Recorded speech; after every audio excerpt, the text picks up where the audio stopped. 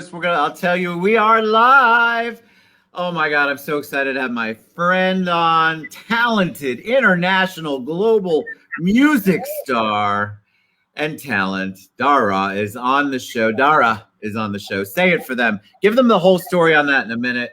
We're going to talk about Healing of the Nations. He's going to perform live. He does so much great work with music to heal. Music and healing is the theme, really, today. And so we're going to talk all about that. And he's coming to us all the way from Alabama. I wish. We're south of my friend. we're south of London. I haven't actually been to Alabama, so I don't know how good it is now. I don't know. I'd have to sort of reserve judgment. But no, we're coming from just south of London, about half an hour south of London, in the sort of sticks out in the country. So it's very nice. It's very quiet. We've got a few. What time is it there? About 8 o'clock? Yeah. I mean, we've got a few interesting neighbours. We've got Paul McCartney just down the road, so he's quite cool. Pops in for a cup of tea every now and then. You got Keith Richards. He's got a place not far from here. Mark Knopfler's just up the road. So yeah, there's quite a lot of rock royalty. The people kind of used to have a place just up the road in Rush Lake Green. There's a lot of history kind of here. You had Brian Jones had a place in Hatfield. Winnie the Pooh's old house. Do you remember A.A. Milne, who wrote Winnie the Pooh? And yes, absolutely. So that's just literally just a stone's throw from where we are. Emerson, Lake and Palmer, I think they also had a place not far from here as well. Wow, you're in the middle of History Central right there. So it's a good spot to be. It's, I think, a lot of the rock, kind of like people who made a lot of money in the 60s basically came down here. Tom Jones had a place with Engelbert Humperdinck. How about that? They had a who remembers that name? You can't forget that name. Well, they had a bachelor's pad in a place called Burwash. Do you know what I mean? And it's not far away from here at all. So there's a lot of rock and roll history kind of out about. But yeah, Paul's he's got a massive studio just down the road. I love that. So now that we know who you know, tell us who you are. So mine, obviously, Dar Ra. I've been on the show before. Musician and author. And all, just basically holding in the game, and just trying to keep kind of positivity kind of going. I run my own label, Kusha Deep Music. I've been signed to various different major labels over the years. I've toured the world a few times. I've been to America a couple of times and played in Seattle and also down in Atlanta. I've done some mad gigs down in Guatemala. I've played in Mexico. In southern Mexico, which is quite. You've played everywhere. I've also played out in Australia. I lived in Australia for 4 or 5 years. I worked for a couple of major labels in Sydney. Played at the Mardi Gras. Where else? And just all in all, so just describe your music. Describe your music to them. Tell them a little bit about that, because I think you take a very holistic approach. That's probably a crazy word, but. Music is healing, and you really do incorporate that in everything you do. So tell them a little bit about your musical journey. Yeah, I started off very young, kind of like my mum was a musician. She kind of had a musical side of things, and there was always an upright piano in the house. And she just, I just used to watch her playing 12-bar boogie woogie, and I just thought, how do you do that? Because she had this left hand that was just, playing all that stuff. And although she was sort of like, made to kind of do the classical thing, she was really into her kind of like jazz and blues. And so, yeah, she kind of encouraged me at an early age. And then I got involved in bands, playing in kind of different styles, kind of started off with kind of reggae bands, like supporting some big acts over here, like Steel Pulse and Misty and Roots. Nice. And being a support act kind of like for some big major headliners. And then house music kind of broke over here, and we started getting into that. And then I got signed to EMI. Making sort of like garage house records for them, had a couple of hits, went down to Australia sort of like, mid to tail end of the 90s, ended up working down there for a little bit, doing lots of production work, remixed Tears for Fears and Frankie Goes to Hollywood, and Tears for Fears. We did Frankie Goes to Hollywood, Tears for Fears, and a few of their bands like Savage Garden. Those are my era. Yeah, well, they were sort of like, still kind of busting around. They want, getting those kind of Listen, when I was at Chrysalis, I met Debbie Harry, and she was the coolest woman I'd ever met. Amazing. I almost fell at her feet was like, oh my God, I'm ready. But Well, it is Deborah Harry, man. She's amazing. yeah, she is, and groundbreaking woman in terms of sort of, great, bringing genre, So we come back to myself, coming back to the music that I've done. It's always very been hybrid, just like you talk about some of those people. It's just hybrid of things that I hear, pull out of the ether from here and pull out of the ether from there. But mixing genres and styles, but always with a view to kind of like uplifting people rather than wallowing in the self-pity and the that some sort of like music can do. I've always wanted my material to have an uplifting coda, shall we say, to the. Is that where the title of the show came in? Talk about healing of the nations. I'm fascinated. Well, I just music I'd say for the 21st century, I think in some ways it's been kind of like unappreciated to the fact that it's become so on tap. It's like water, and people, I don't think until we've gone through what we've gone through, realize just how powerful music is to getting us through situations in our life.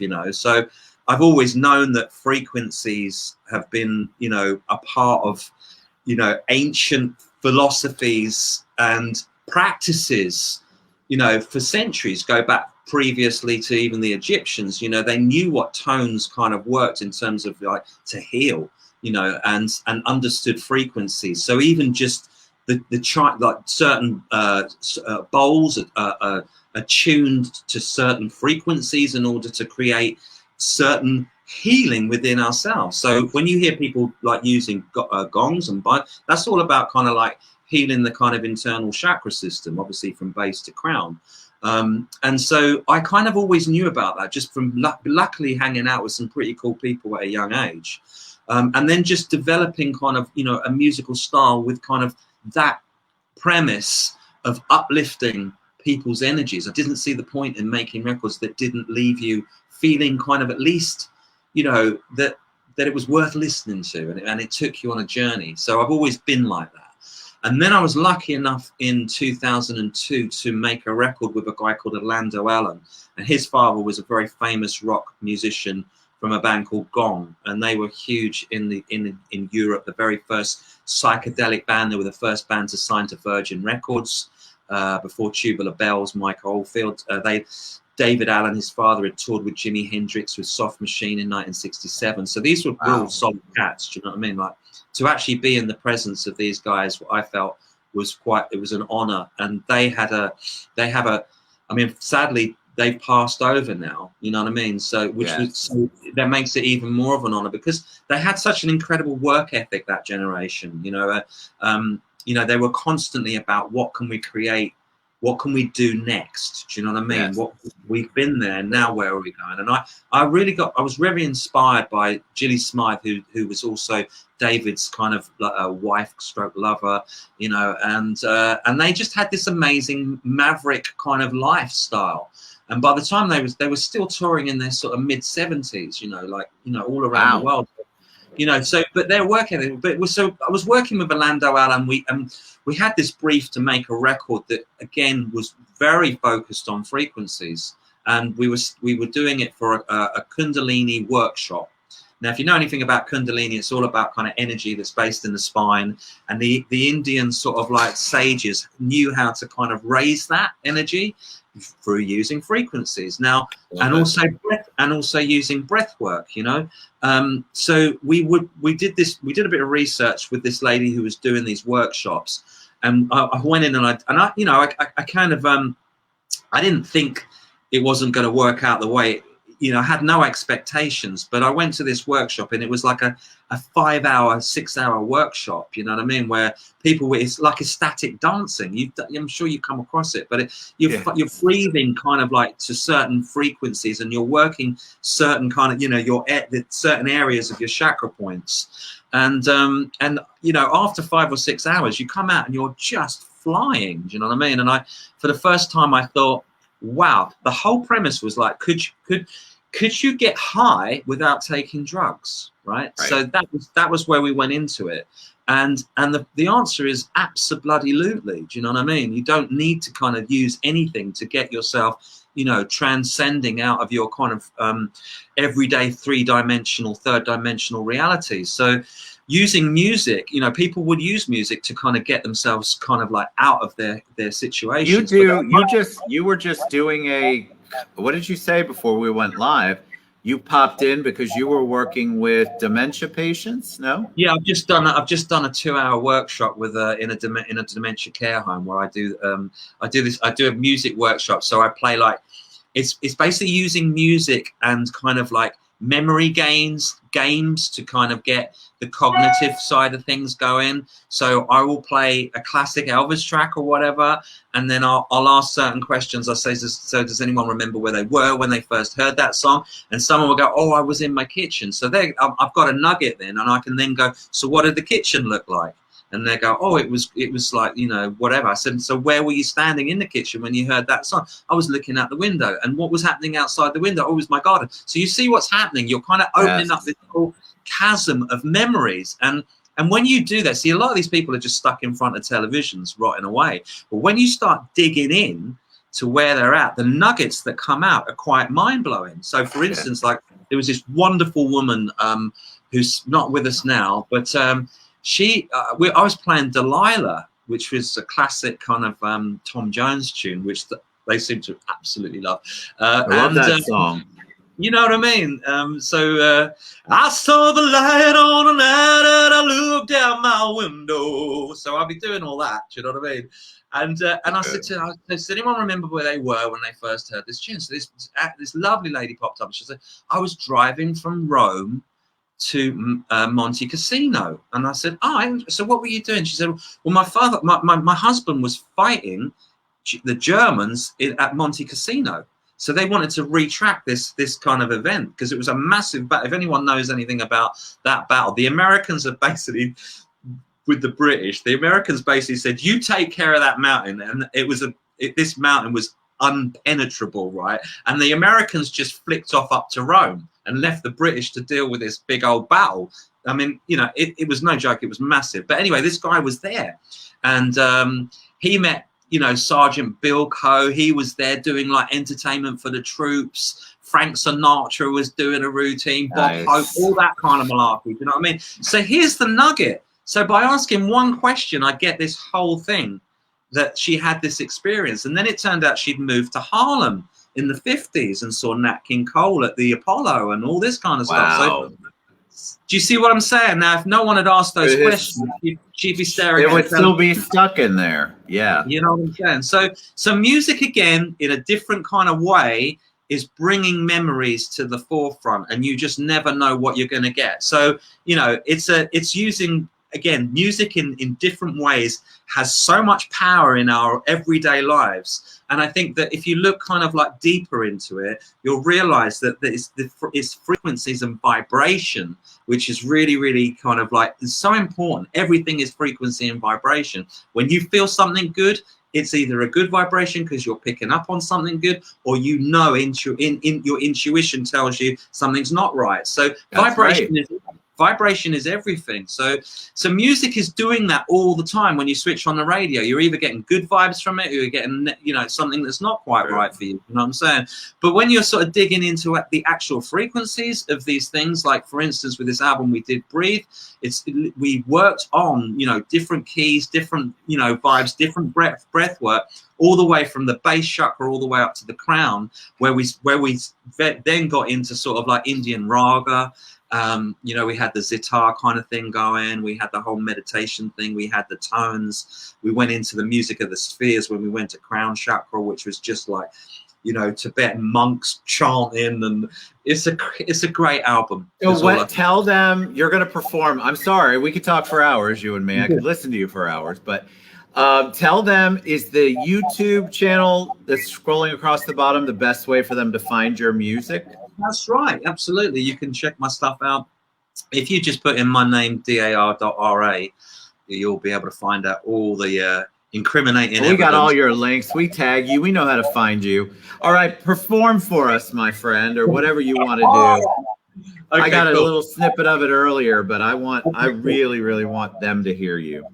Okay, cool. Well, we're going to do a little song. I'm going to do a little song called "Arise Like the Sun," which was actually the last single that I had out before.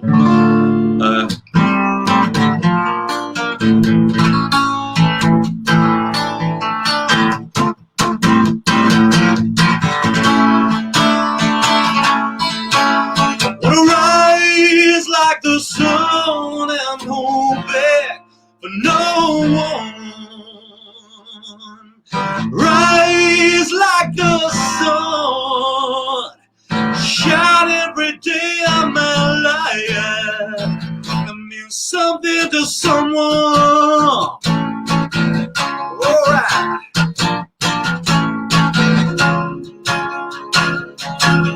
Alright now. I'm in and out my head, I'm trying to work it out, but I can't.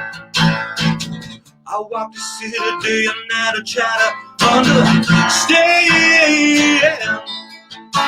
Faces come and go, lights they blur the noise in my mind. I'm the only one that ever hears these screams inside. I've been crying.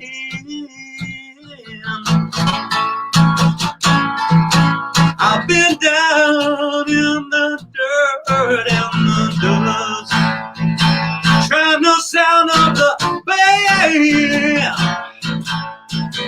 dance like there's no tomorrow. If I live to tell the tale, I will kiss the dawn as it comes. Pray that I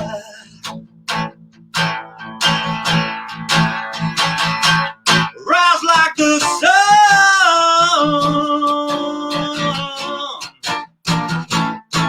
rise like the sun.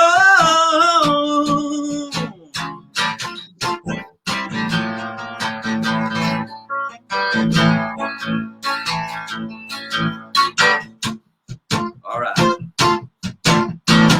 You think you got all the time in the world, then you get born. You think the world will understand, then you get broken. I've seen a million dreams twisted and left for dead. I'm the devil,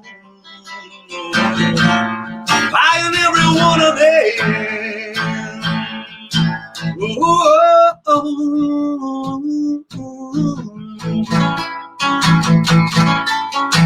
I've been down in the dirt and the dust. I'm trying to sound up the band, dance like there's no tomorrow. If I live to tell the tale, I will kiss the dawn as it comes. And pray that I rise like the sun, rise like the sun, rise like the sun, rise like the sun. Whoa, whoa, whoa. You know I got to rise like the sun. I don't know if I love the guitar playing more or the vocals, but I absolutely loved that. You know, Awesome. I've been in low frequency today, and I needed that. So how awesome! Thank you very much. Loved it. Ted, it's always a pleasure, man, to sort of to chat and sort of play some music. Always. And it's pretty raw. It's, you know, as I say, it's just a guitar and a vocal. I've got no mic set up here, so at the moment, so It was so good. I loved it. I loved it, and I got energized, which I'm sure is part of the point. But well, I think so. I think if you come and see me live, it really is kind of doing a little kind of waver upwards. I mean, your live performance is amazing. A lot of people can't even do that recorded and filmed and edited. I think that's so awesome. No, I really feel good. All right, so tell them the best way to reach you. How can they get that song? How can they learn more about what you do and download your music? What's the best way? So you know, that record is actually out with about 6 mixes that I did. So yeah, there's lots of different. There's a USA sort of sunshine mix. There's a Guatemalan sunshine mix. There's a real nice ambient Indonesian mix. So I kind of went with the sunshine theme. Do you know what I mean? That's the UK sunshine mix, if there is such a thing. So yeah, you can get it on Spotify if you just check dar.ra. Man, all my stuff will come up. And Rise Like the Sun is there. There's also sort of like quite a few. I mean, I've put 50 songs out this year. You know, from my back catalog. Wow. I've been really busy, kind of like I started off in February with Ballads for the Downtrodden, which was like all my kind of ballad songs, and there was like I think 12 songs there. Then I followed that up with Majestic Retrospectives 1, which was like the best of all my remixes from like 96 to 2008. Then I put out Kings and Serfs, which is like a 3-song EP, which was actually written for a film about the Pearly Kings and Queens of London. I put that out as well. That's just gone out, so that's my last kind of single. And then I'm just literally kind of doing Majestic Retrospectives Volume 2, which is 21 songs on that. And that's me cleaned. I've cleaned my vault out, you know what I'm saying? So, but we're just mastering it up and getting that out as well. And then I have another EP basically ready for, I think it's going to be about July-ish, and I'm really, really stoked with this, man, because it's a cracking track. It's called No Time for Tears, and it's